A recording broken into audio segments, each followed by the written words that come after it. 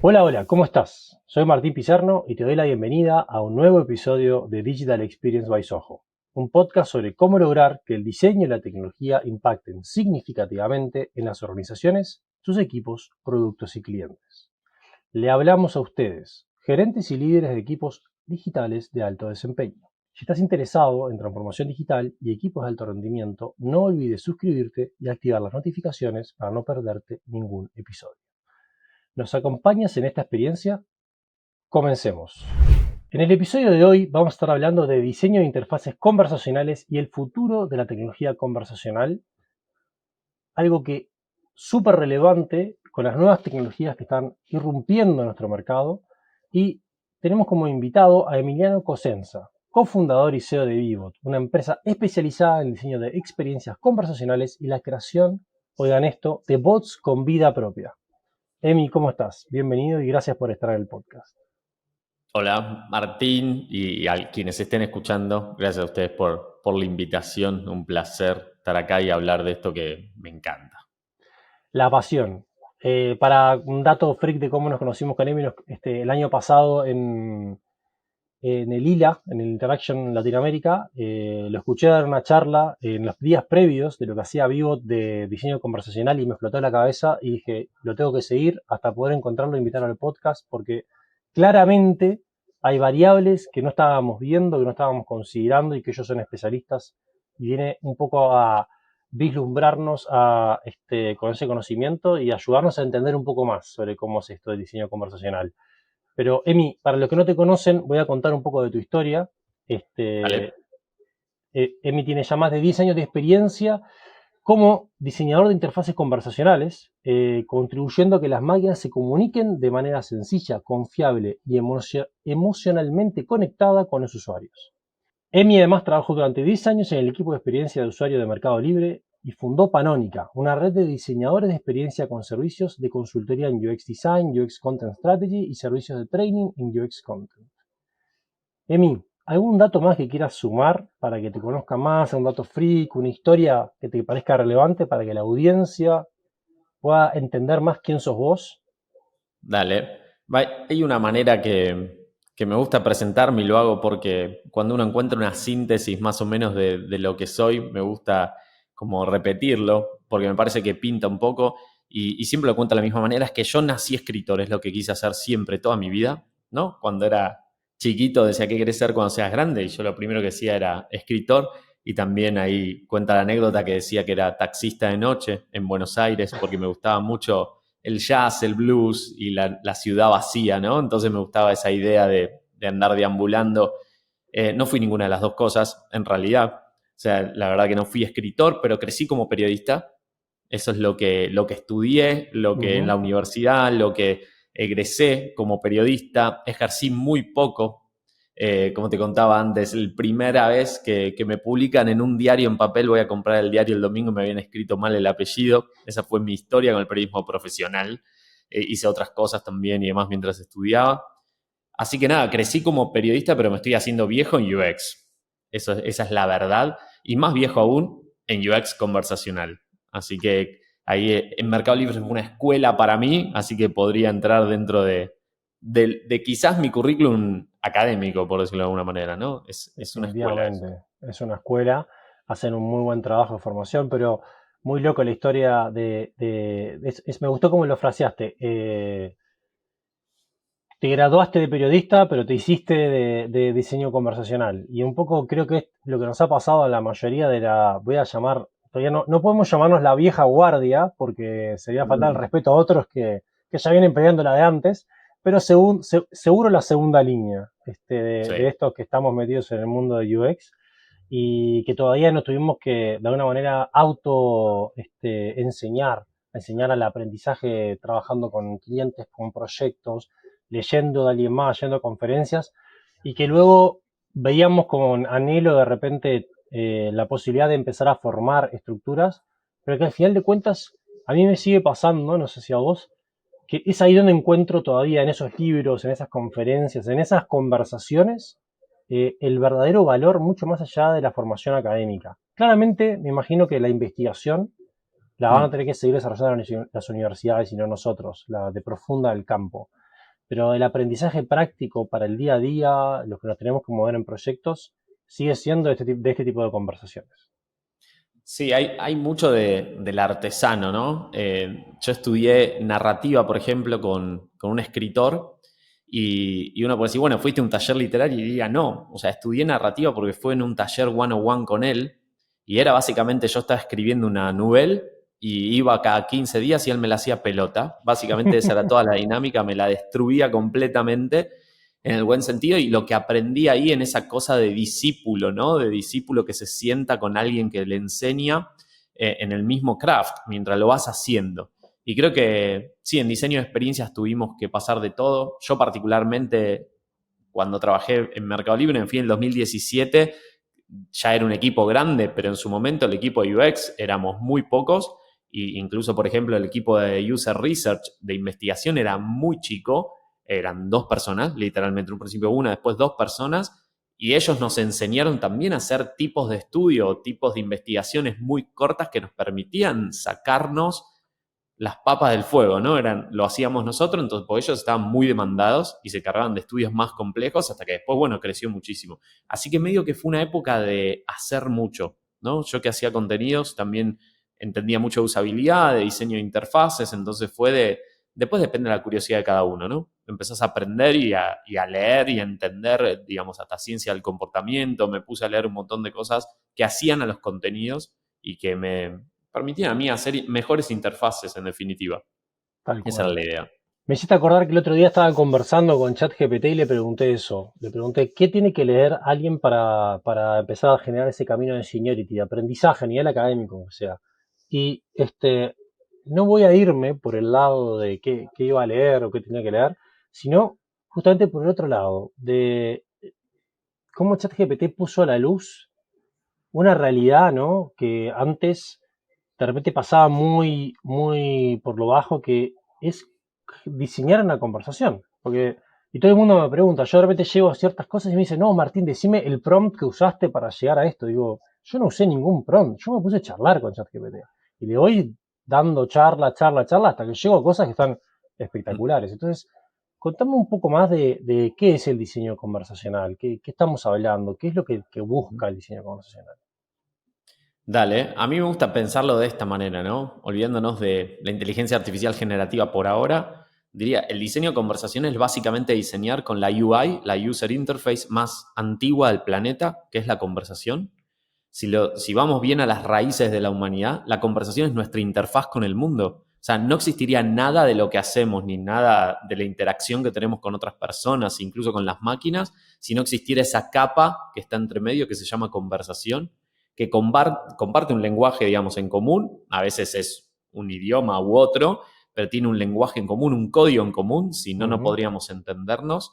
Y creo que esa es lo que parte de la magia que puso ChatGPT o la inteligencia generativa cuando empieza a tener una capa de diálogo, ¿no? Cuando empieza a ser dialogada la interacción con la máquina, empieza a borrar la interfaz prácticamente. La máquina habla el mismo idioma que yo, me entiende de la misma manera que yo la entiendo a ella. Ella habla y yo hablo, entonces nos entendemos como si fuéramos entre 2 humanos. Entonces, cuando empieza a ponerle esa capa de diálogo, hace que esto sea un boom y que mucha gente, incluso que no sabía lo que era un chatbot, entiende lo que es ChatGPT, ¿no? O sea, y por ahí no sabe técnicamente qué es un chatbot, ni importa tampoco, ¿no? Pero sí ChatGPT entiende qué es. Y es básicamente, y eso lo dijo el CEO, lo dijo Sam Altman, lo dijo en un momento, ¿no? Le pusimos una capa de diálogo al modelo, al GPT, en definitiva. Alguien lo iba a hacer y nadie lo hizo, entonces lo hicimos nosotros, dice él, un poco, no sé si en chiste o no, pero la verdad que cuando dice le pusimos esa capa de diálogo, ahí es donde vimos que estábamos dando una gran experiencia de uso y básicamente lo hicieron accesible a cualquier persona. ¿Por qué? Porque la conversación es algo que no tiene curva de aprendizaje. Por eso es lo que más me interesa a mí del diseño conversacional. Si bien yo siempre venía en esta idea me encantó dedicarme la mayor parte de mi vida profesional a entender cómo las máquinas se comunican con las personas y cómo lograr que eso sea cada vez más eficiente y satisfactorio, no solo cumplir necesidades, sino también esa conexión emocional, desde sea una interfaz gráfica, con títulos, párrafos y botones, por decirlo de alguna manera, o links en azul subrayado, o ya sea en un bot conversacional, en un bot que te responde de la misma manera que vos hablás. Entonces eso es lo que a mí más me fascina del diseño, ¿no? Es diseñar básicamente con una UI que estamos usando desde que aprendemos a hablar.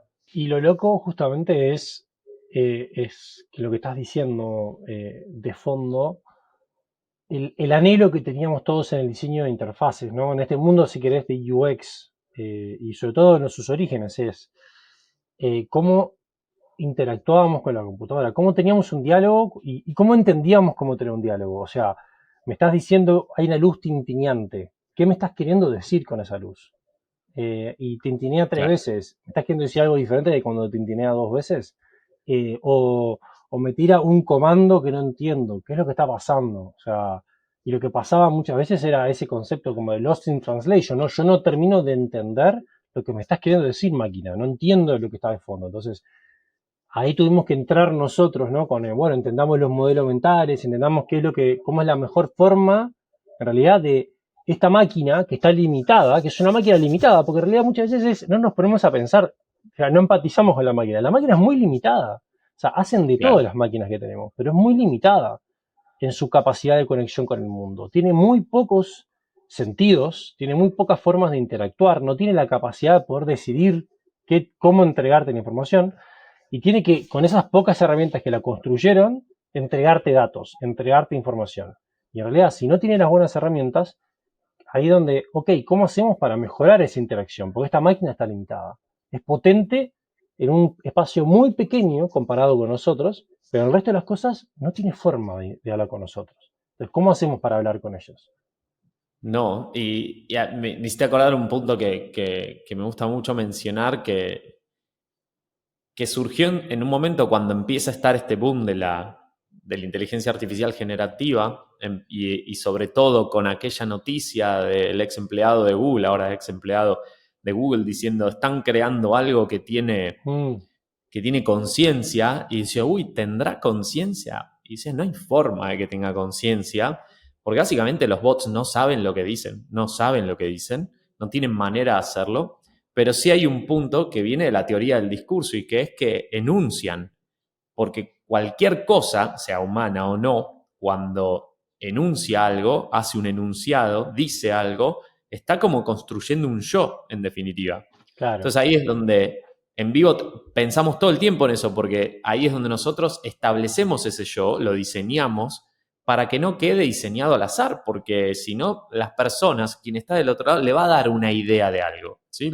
Le va a llamar de una manera o de otra, así sea robotito, robot o lo que sea, así sea tenga un nombre, pero no sabe lo que dice en el fondo. Entonces ahí es donde entra el diseño y donde también creo que tenemos hoy en día una gran oportunidad de hacer 1000 cosas para que esas máquinas realmente se conecten con quien está del otro lado, a partir de ese yo que se construye cuando enuncian.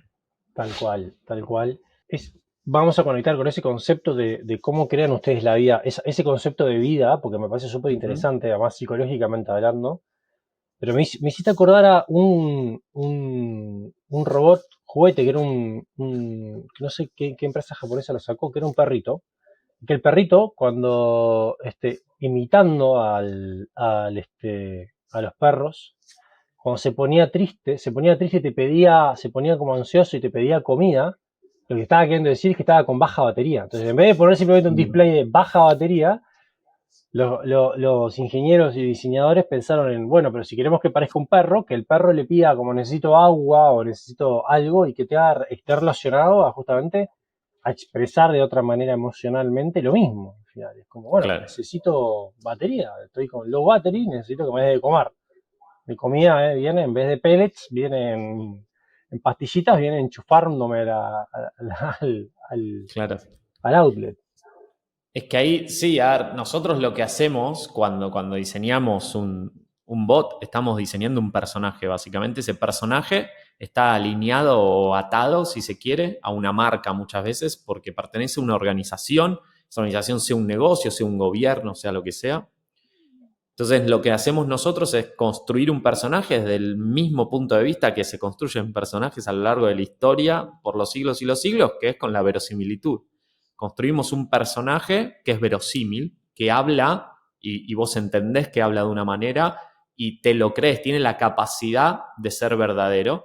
No quiere decir que engañamos a la gente, que hacemos que un bot se haga pasar por humano, porque eso sería una mala práctica, sino que la gente sabe que es un bot, pero no por eso no quiere decir que no lo quiera, ¿no? Entonces siempre pongo el ejemplo de dos bots que son diametralmente opuestos, ¿no? De la ficción. Uno es el T-800, el Terminator, el modelo viejo, bueno, no sé si el primero que conocimos, en donde vos lo ves y claramente si vos ves un T-800 con sus ojitos rojos, sin la capa humana, sin tejido vivo, el esqueleto ahí puro, con sus ojitos rojos, de repente te mira fijo por unos segundos y vos no sabés qué hacer, si salir corriendo o qué, y te dice, ¿en qué te puedo ayudar? Te dice, y vos decís, Claro. pará, hay algo raro, Acá, ¿no?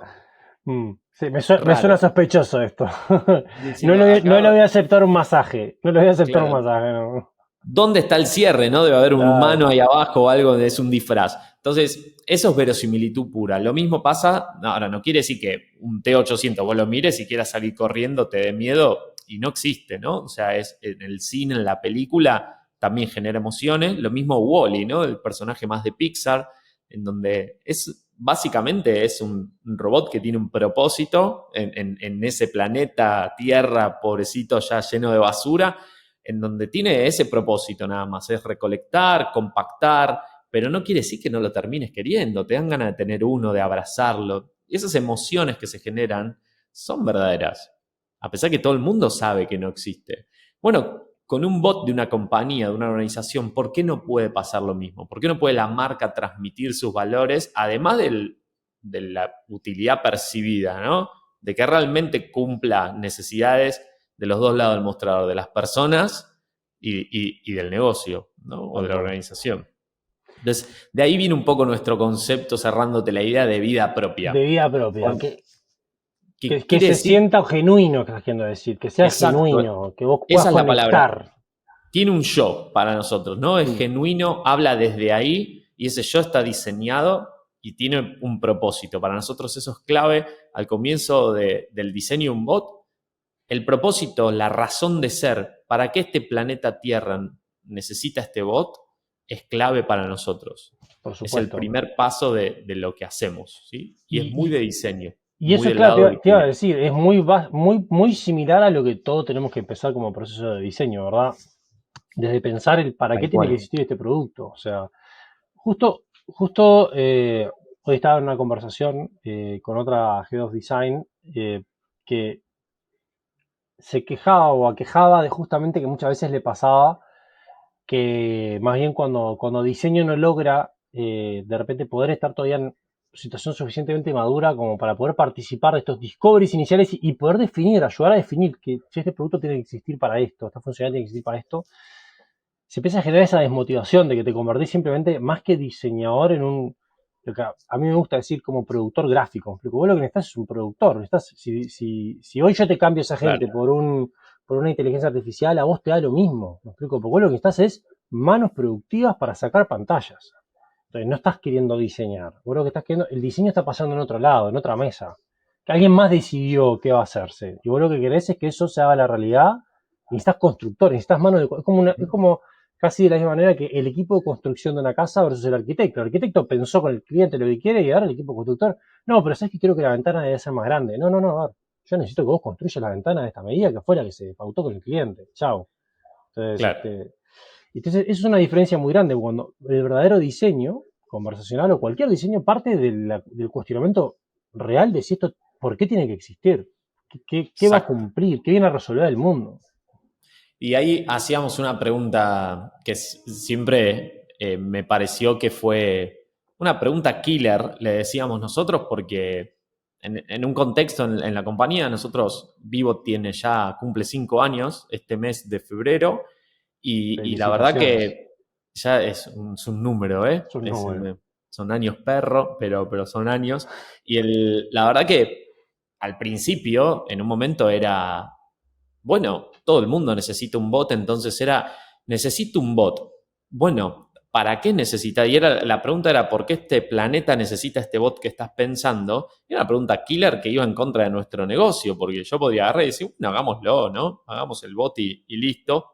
Y sin embargo, nosotros queremos que ese bot tenga una razón de ser, un propósito y sea realmente útil. Por eso a nosotros nos gusta decir que hacemos bots con vida propia, pero que sean útiles, únicos e irrepetibles. De ahí también esta idea de no hay uno igual al otro, ¿no? No Me, existe. me hiciste acordar de, no sé si sos fanático de Rick and Morty, pero una No. escena, una escena que está Rick, que es el científico loco, como esta mezcla, como ejemplo de de Dr. Brown, Sí. Volver al futuro. de Volver al Futuro, gracias.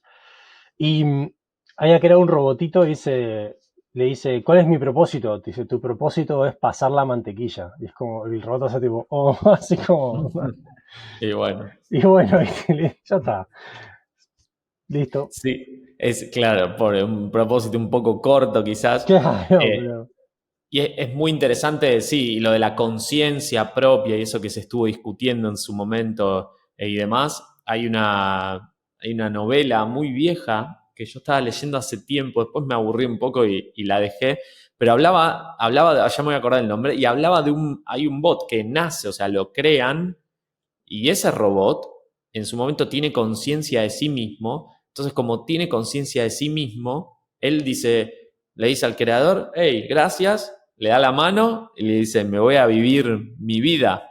Entonces empieza toda una aventura en eso, y es más, en un mundo que es otra historia, y termina en un momento preso, porque no podía deambular solo sin una persona que se adueñe, ¿no? Él estaba solo. Entonces termina preso y va a juicio, y en el juicio él dice, ¿por qué me ponen acá? Y él dice, porque vos tenés que tener una persona. No, pero yo tengo conciencia propia. No, vos no podés tener conciencia propia porque no sos humano. Pero ¿qué es la conciencia propia? La capacidad de verse a uno mismo, de decir yo soy yo me considero uno. Y el otro le dice, sí, bueno, yo también. ¿Y qué hacemos entonces? Bueno, termina escapando, después termina pasando de todo. Pero es esta idea de ahí se empieza a mezclar esta idea de, ¿tienen conciencia? ¿No tienen conciencia? Claro, porque cuando es verosímil el bot, realmente conectás con el que está del otro lado. Y claro. es lógico pensar que está pensando por sí mismo, pero en realidad no. En realidad no, bueno, eso siempre es lo que nos estamos cuestionando ahora con la inteligencia artificial, si este famoso test de Turing, esto de si me doy cuenta o no me doy cuenta si estoy hablando con un robot es suficientemente bueno, porque como bien decimos, ahora lo estamos creando con un nivel discursivo, enunciativo, con una capacidad de conectar emocionalmente, con reglas de cómo hacer para que conectar emocionalmente, para que vos sientas cariño, ansiedad, cuidado, que vos quieras hablar con el bot, que no sea simplemente algo mecánico que hacen que vos conectes con la persona y digas, ok, Claro. bueno, pero entonces está vivo, es una persona, pero le haces una pregunta y salí del script y perdiste todo, la Sí. realidad.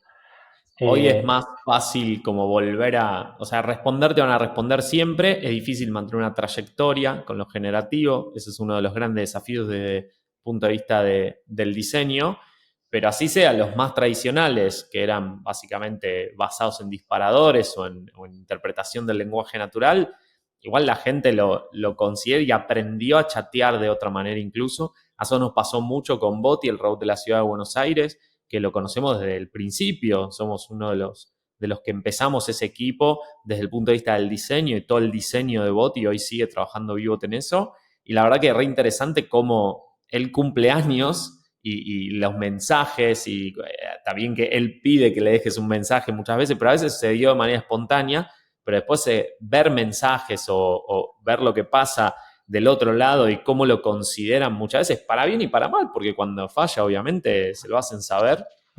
Se lo hacen bols. Y, y eso es interesante también, porque eso es, en otra interfaz vos no la tenés. No, Volviendo un poco a lo que comentabas antes de UX, que teníamos pantallas y diseñábamos pantallas puramente, y obtener feedback de las personas, algo que las estés viendo en vivo o pongas algún sistema que te permita obtener ese feedback cualitativo, no lo tenías. O sea, básicamente la persona del otro lado estaba sola con la interfaz que vos diseñaste.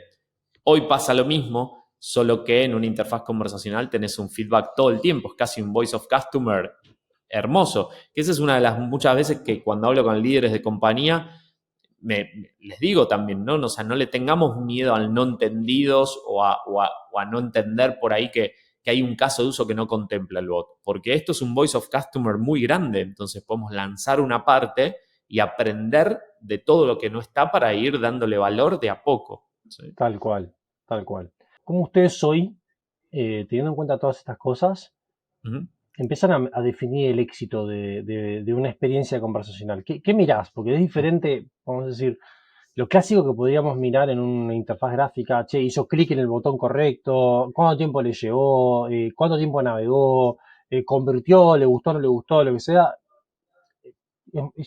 ¿Cambian o no cambian esas métricas? Algunas sí, porque cambia creo que el approach, ¿no?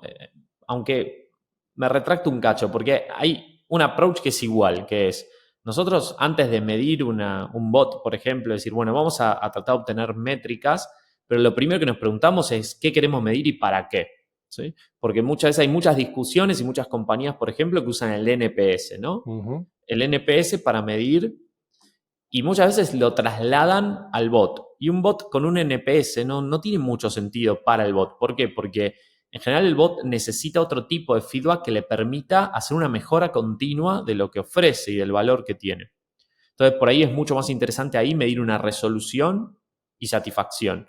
Y después por ahí es, como es una interfaz conversacional y es visceral, la visceralidad, la emocionalidad se nota tan rápido, tenés herramientas que ni siquiera hace falta que le preguntes a las personas si te sirvió o no la respuesta, te das cuenta.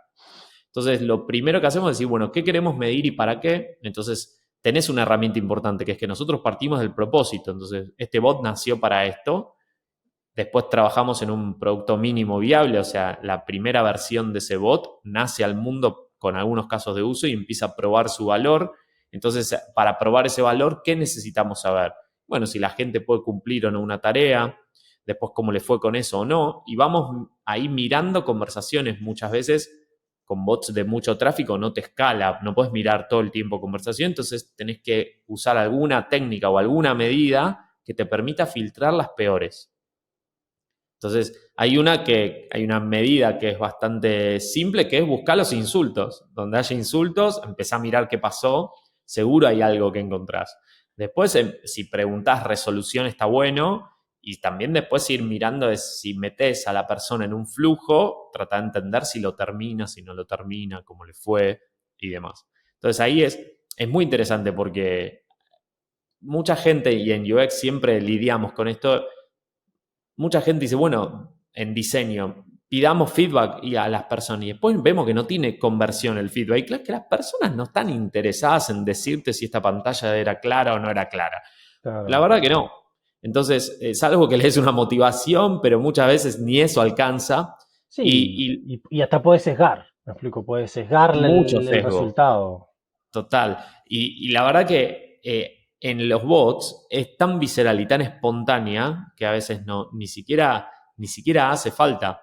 Pero estar entre medio del flujo de la conversación, a veces le pedís, ¿no? Yo que estoy trabajando en un bot que es para peques, por ejemplo, en un momento le digo, ¿estuvo divertido? Y si estuvo divertido, sí, no, más, o me pueden decir, un emoji, lo que sea, pero eso ya es feedback. Y después, si quiero, pregunto más. Y hasta uno podría correr sentiment analytics, ¿no? En todo esto. Es decir, bueno, ¿qué Exactamente, sí. sentimientos están involucrados en En una las formas de conversación? redactar, en todo. Pero ahí, y diste un punto que últimamente estoy yo cuestionándome mucho a nivel como de diseño, que es el que nos hemos acostumbrado a este diseño lineal, este diseño one way, ¿no? Donde vos, ¿Mm? ya como el diseño editorial le llamo yo, donde yo pero te armo la revista y te la entrego, me explico, o te armo el diseño industrial, te armo el producto y ya está, me explico, y es el Claro. producto, ya está ahí, es mi mouse, es el vaso, pero el diseño digital eso ya no es tan así, tenemos cosas que viven un poco más y con el diseño conversacional ya no, tenés que empezar a pensar en ciclos de conversación, Mm. tenés que entender cómo evoluciona una relación, cómo evoluciona el, este, el hecho de la conversación, porque, y creo que ahí hay como unos insights súper interesantes porque pueden llevar hasta sentarnos en la base de lo que podría ser, hoy le llaman el diseño AI first, ¿no? Pero yo creo que debería ser el Mm, diseño conversational first, me explico, desde el punto de vista de cómo hacemos para que los sistemas nuevos generen una conversación, porque de repente decís, che, pero yo después, ves 2.550 en el año que entro a mi banco y me sigue mostrando la misma información de siempre. ¿Ok? Entonces, claro, en mi banco no aprendió nada conmigo. No aprendió nada. ¿Me explico? Después de un año me siguen mostrando lo mismo. Y yo sigo entrando y haciendo clics en las mismas acciones que son repetidas, que siempre hago lo mismo. Entonces digo, che, no tenés una conversación conmigo. Vos me claro. imponés esto y decís, loco, esto es. Vos adaptate. ¿No? Ya está. Claro. Tocas un punto que para mí es re interesante y lo voy a tratar de partir en varias partes, valga la redundancia. El, Hay un punto que tiene que ver con que la conversación estuvo siempre, ¿sí? O sea, nosotros tuvimos, ya sea que sea en forma de diálogo, en forma de pantallas, digamos, una interacción con una máquina, o sea, o una interfaz que detrás tiene una conversación con una organización, siempre estuvo, ¿sí? O sea, como nosotros siempre estamos conversando con las marcas, como clientes, estamos conversando con esa empresa, ya sea por medio de cualquier tipo de interfaz. Entonces tenemos como eso siempre encima. Por eso para mí, más que AI first, es conversation first. ¿Por qué? Porque si yo me enfoco en la conversación y en generar buenas conversaciones, después para mí AI es una capa más o es una potencia más del backend, ¿no? El tema es Ujú. que ahora entiendo que se está hablando un poco de eso porque se está hablando de cómo AI está cambiando, si se quiere, procesos de diseño o la manera en que pensamos ese tipo de productos. Y el otro punto que es interesante es la personalización, que bien es difícil muchas veces de hacer a nivel tecnología cuando se empieza a ser un poco más sofisticado o cuando vos tenés ya un año de trayectoria, ponele, en la vida con este banco o con lo que sea, porque al principio sin tecnología lo podemos hacer, porque para nosotros un bot que se siente personal, entre comillas y muchas comillas, es fácil de hacer. Es decir, desde la primera capa que le metemos de propósito, identidad y que se sienta que me habla a mí, no a todos los clientes, eso lo podemos lograr. Después hay que empezar a meterle más transaccionalidad y ahí sí necesitamos apoyarnos mucho en la tecnología, no solo del bot, sino del back, ¿no? Del Ujú. core de ese negocio, para entender que muchas veces te puedes incluso anticipar a las dudas de la persona que te va a preguntar o lo que sea, o si ya hay un proceso, por ejemplo, un banco, si yo voy a chatear con el bot en el banco, le digo hola y el bot entendió que yo tengo una denuncia de tarjeta hecha o lo que sea, o una tarjeta que está en camino porque la renové, por ahí te puede empezar a decir algo de eso antes de que incluso le digas, ¿no? Entonces podemos trabajar por ahí la experiencia de otra manera y ya se siente más personal. O que el bot te avise, está por llegar tu tarjeta, estate listo o no se te vaya a perder o lo que sea. Todo eso va a ser para mí crítico a nivel experiencias en las generaciones que vienen. La generación que ahora está empezando a crecer, que es esta generación que a mí me gusta llamar nativos conversacionales, son esta generación que otra gente le llama la generación alfa, en 2010, ¿no? En adelante, y empezar en 2020 incluso, empiezan a crecer no solo con Internet bajo el brazo, sino empiezan a crecer con interfaces que tienen la capacidad de conectarse de otra manera con ellos y que ellos van a tender a hablarles y que además van a buscar que sean personales, que sean para mí, no para todos. Entonces, Exacto. Eso es súper interesante eso. importante. Y donde yo creo que nos vamos a tener que empezar a acostumbrar, que fue algo que nos pasa, y que yo creo que es mira, hasta te voy a decir, es un cambio de mentalidad que vos, que uno como diseñador tiene que empezar a tomar, que el diseño, o vamos a decir, nuestra construcción de algo digital, de este sistema digital que estamos creando, interactivo, conversacional, es un medio y no un fin por sí Ujú. mismo. Porque sobre Sí. todo esta nueva generación se acostumbró a las plataformas de redes sociales, etcétera, donde la plataforma es invisible en realidad. O sea, Ujú. Instagram es invisible. A mí no me importa qué hace Instagram. Lo que me importa es poder entrar al contenido que entregan la gente que participa. Entonces, la plataforma, está bien, yo puedo decir, esta la hace mejor que otra, esta me gusta más, acá está la gente que yo sigo, la gente que me sigue, la gente, los contenidos que, hay más contenido de este tipo, de este otro, pero se convirtieron en medios. Y Claro. cada vez más tenemos que pensar, yo creo que tenemos que empezar a pensar, salir de la mentalidad producto, porque la mentalidad producto nos lleva a que esto es algo terminado. Y en realidad, si vos lo pensás que es un medio, es algo vivo. Y es algo que el medio tiene la base de la conversación con el público. Entender Sí. el público y empezar a conectar con ese público. Sí, es vivo completamente. Nosotros siempre, bueno, cuando empezamos la compañía teníamos como muy claro esa idea porque la veíamos en donde muchas veces nos pedían un chatbot o lo tenían y lo que hacían era, le daban 2, 3 casos de uso y quedaban ahí. Claro. Entonces, ¿qué era que quedaban ahí? Era que no había un equipo que esté mirando las conversaciones, un equipo que le haga mejora continua, un equipo que lo evolucione. ¿Qué quiere decir evolucionarlo?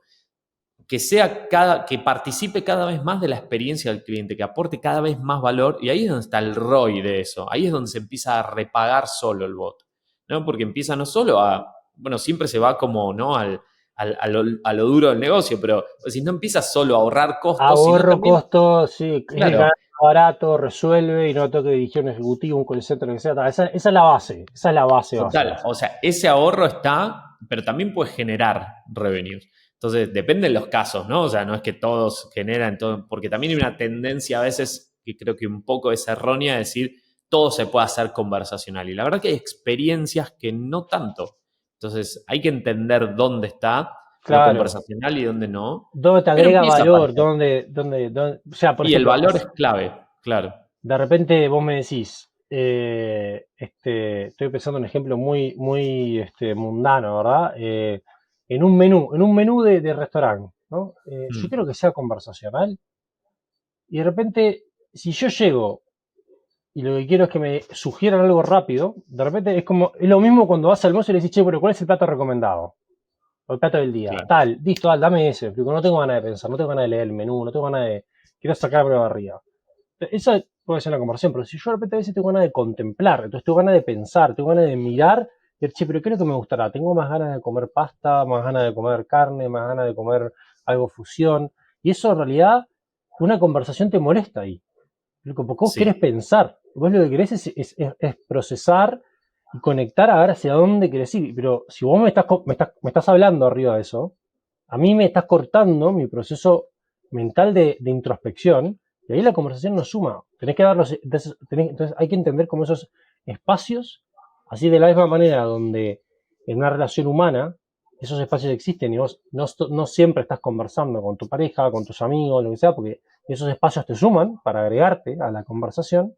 Lo mismo tiene que ser la interfaz, tiene que estar planificado el momento donde vos querés que haya una conversación y donde simplemente querés que la persona esté mirando algo y pueda participar de alguna manera eh, en una dirección más direccional de un solo sentido. sí, yo creo que por eso a veces no es solo la conversación, sino es una multiplicidad de combinación de tipos de interfaz. O sea, no es solo lo conversacional, un menú, por ejemplo, de un restaurante. Sería complicado desde el punto de vista visual, pero se puede resolver a nivel combinado. Por ejemplo, más multimodal, ¿no? Donde vos le hables o le cuentes lo que querés y te sugiera y te muestre, por ejemplo, en una pantalla algunas recomendaciones ya curadas en base a eso, o te deje elegir libre.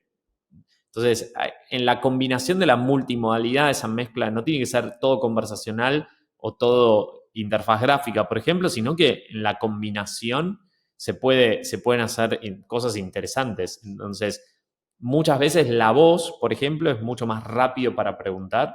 Entonces, quizás si el menú te hablara, el menú te puede preguntar o no, o vos podés abrirlo, ¿no? Claro, Podés abrirlo y mirar por tu cuenta o podés investigar por tu cuenta. Ahora, quizás si te pregunta para qué estás hoy o qué te gustaría comer, quizás por ahí surja algo interesante, ¿no? Incluso que descubres ahora y decís, no sé, ok, estas son las opciones, ¿no? Y te claro. puede repreguntar. Si quiere, te puede repreguntar. Que hoy un menú físico no te puede repreguntar, ¿no? O sea, es lo Ujú. que es, hay lo que hay. Es lo que hay. vos me hiciste pensar en algo que de repente es de la experiencia más de WhatsApp, ¿no? Y es como, de repente hay veces que uno, hablando de esto de lo rápido que es la voz versus el escribir, el tipear, ¿verdad? Y, y vos decís, hay veces que yo quiero decir algo y prefiero mandártelo como un audio. Ujú. Pero de repente vos no lo querés recibir como un audio, ¿verdad? Porque decís que me pasó un audio de No. 3 minutos, no tengo ganas de estar escuchando 3 minutos. Aunque lo Mm. pongan en velocidad alta, no tengo ganas. Entonces, te esfuerzo, che, ¿escuchaste mi audio? Tipo, no, la verdad, lo estaba dejando Ujú. para cuando tenga una hora, porque me va a llevar una hora escuchar 2 3 minutos, porque como que me tengo que preparar, escuchar, después pensar en qué dijo, acordarme. Te quiero responder cosas a lo que dijiste, porque me hiciste 5 preguntas y te tengo que empezar a responder una pregunta tras de otra, entonces es difícil conectar.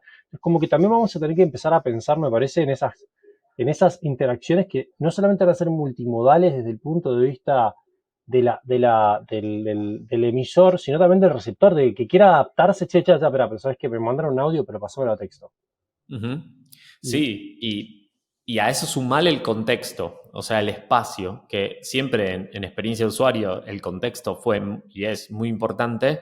Cuando hablamos de algo, de una experiencia conversacional y multimodal, el contexto es clave, diría, porque, por ejemplo, no es lo mismo que vos, no sé, yo, por ejemplo, tengo un Google Home acá muy cerquita mío. Y es solo voice, entonces yo le puedo hablar, lo puedo activar y le puedo preguntar algo, ¿sí? Y yo no necesito estar mirándolo, yo puedo estar haciendo otra cosa, le puedo pedir que prenda la luz y no necesito estar mirándolo. Ahora, hay una interacción que sí puede ser que yo necesite estar mirando de frente al aparato, ¿sí? Como por ejemplo, no sé, ver una lista, porque no es lo mismo escuchar la lista que verla, ¿sí? O ver una imagen, que me muestre una imagen. Entonces puede ser que si yo tengo una pantalla y le pido una acción o le pido una tarea, tengo que diseñar si esa tarea es para que el device me diga las cosas de modo que yo lo esté mirando, me obligue a mirarlo, o me lo puede decir al aire y yo, aunque no esté mirando, por ejemplo, no sé, estoy cortando algo en la cocina, entonces yo, por ejemplo, no sé, o estoy, no sé, sirviéndome un té y se me acaban los saquitos de té y yo le puedo decir, Alexa, agrega té a la lista de compras.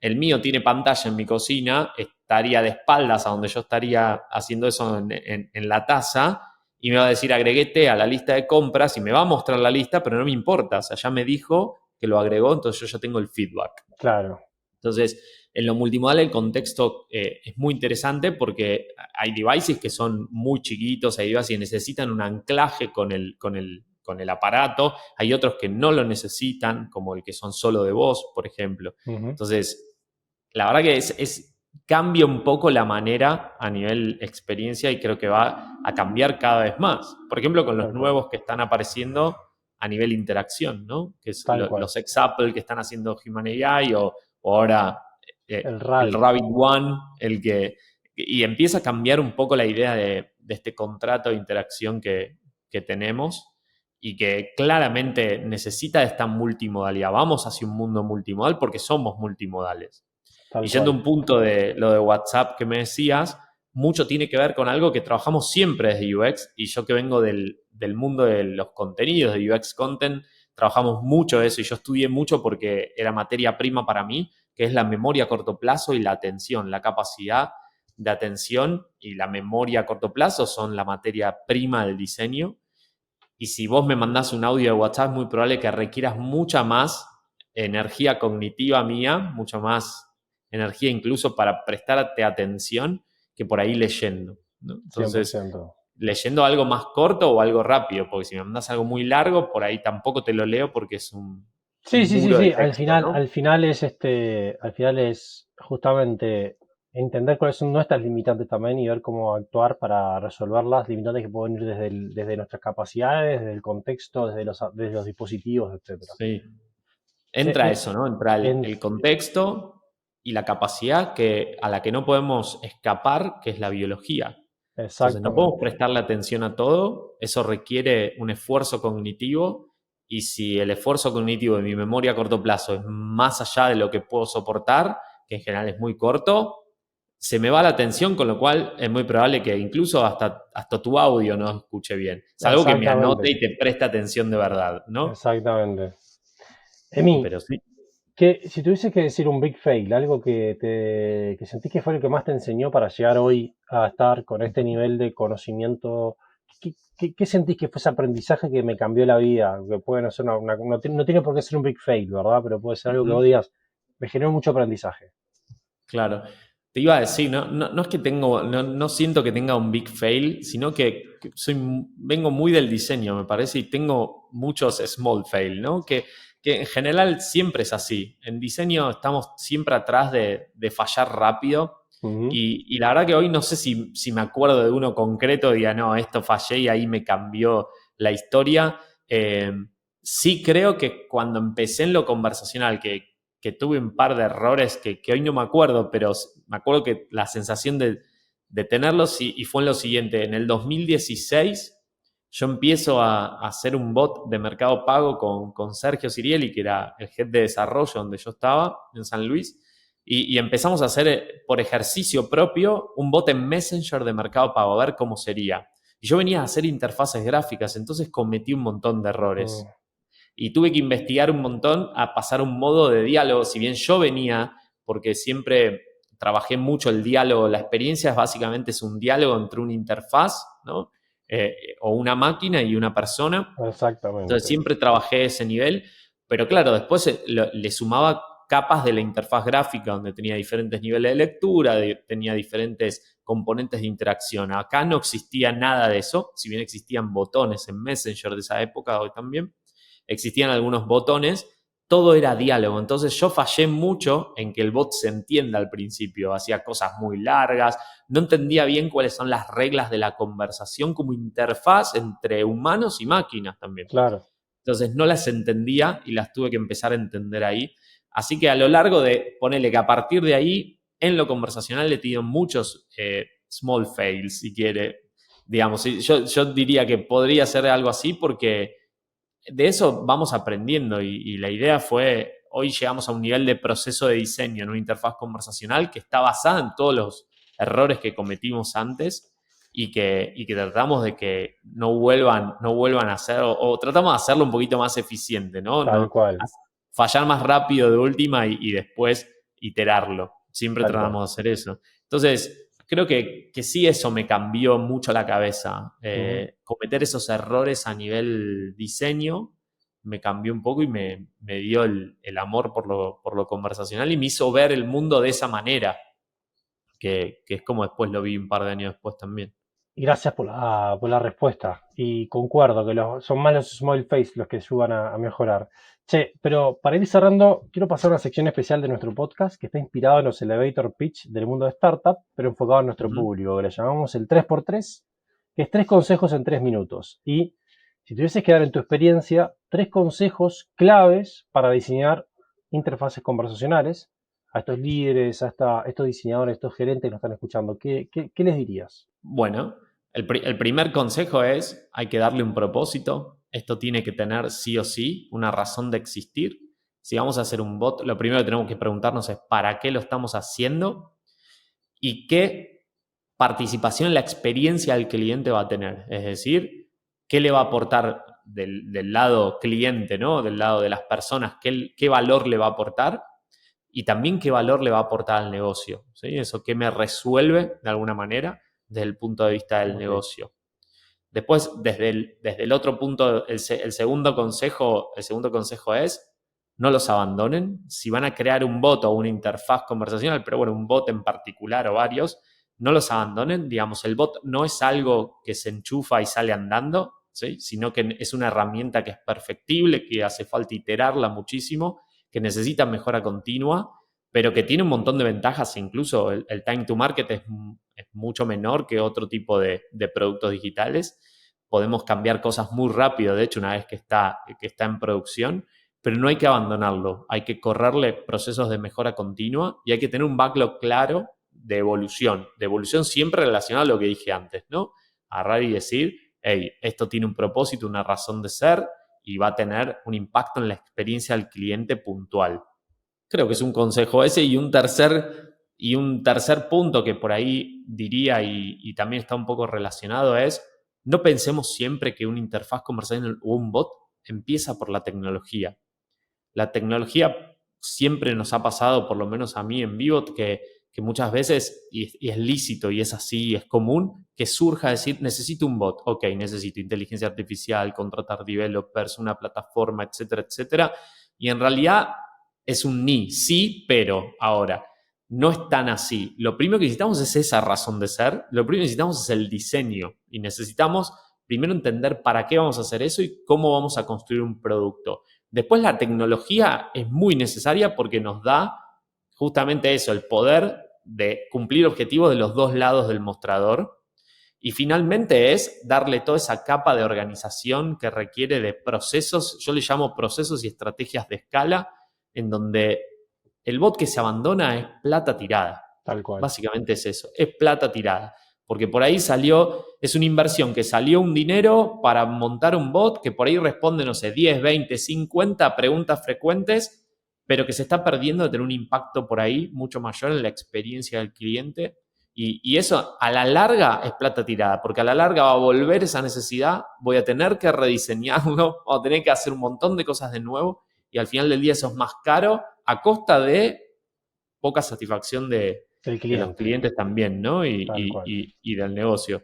Así que yo diría, hay que pensar muy bien el propósito, muy bien ese propósito, pensar que por ahí la tecnología no es lo único que se necesita, sino que es más amplio, entender también quién está del otro lado y no abandonarlo nunca. O sea, no abandonarlo nunca. Es una herramienta que crece con el tiempo y que vuelve. O sea, tenemos varios bots en vista muy maduros que tienen incluso procesos internos en las compañías o en las organizaciones que hacen que puedan crecer y aportar realmente, ¿no? Ya no es un canal más como antes era, bueno, hay que hacer un sitio web, ¿no? Y si no estás en la web, no existís. Hoy no es que hay que hacer un bot en WhatsApp si no estás. Digamos, hay que ver si hay que hacerlo o no, pero una vez que se hace, realmente tiene un impacto genuino en la experiencia del cliente. Y pensemos que las nuevas generaciones están tan acostumbradas a hablar con las máquinas que se están creando esos modelos mentales y lo van a empezar a exigir. Van a empezar a exigir que mi compañía, que mi producto, que mi servicio hable conmigo, en definitiva. ¿No? Emi, muchísimas gracias por el gran contenido que nos entregaste hoy, conocimiento, este pasaje por tu experiencia. Si la gente se quiere poner en contacto contigo como para poder profundizar esto, si alguien quiere hacer un bot, ¿dónde te pueden contactar? Bueno, creo que lo más fácil es LinkedIn. Si no, me pueden escribir emi@vivot.design también. Es otra de las formas. Creo que LinkedIn es la más fácil también. El resto de las redes sociales diría que está, pero no está. No las uso mucho, que digamos. Así que sí, por ahí esa es una de las maneras más fáciles de comunicarse conmigo. No tengo un bot propio. Por ahora. Por ahora. Muchas gracias, Emi. Excelente todo, fue un placer hablar. Éxitos en todo lo que se viene y nos estamos hablando. No, gracias. Gracias a vos, al equipo. Así que nada, la pasé súper bien y espero que los que se han llegado hasta este final también la hayan pasado bien. Y nada, esto da para mucho más, Da así para que mucho, da para hay mucho. que seguir. Tendremos que Sí, seguir sí, profundizando. a full. Gracias. Llegamos al final del episodio, pero antes, si tienes comentarios o si te quieres poner en contacto con nosotros, puedes hacerlo en hola@soho.cl o seguirnos en nuestro LinkedIn en @sohohumantech. Soy Martín Pizarno y agradezco a Delphi Cioani y Salva Luca en el equipo de producción y a Fede Ferreira en la edición. Y recuerda que si te gusta este podcast, te puedes suscribir y activar las notificaciones para no perderte ningún episodio. Nos escuchamos en un nuevo Digital Experience. Sayonara.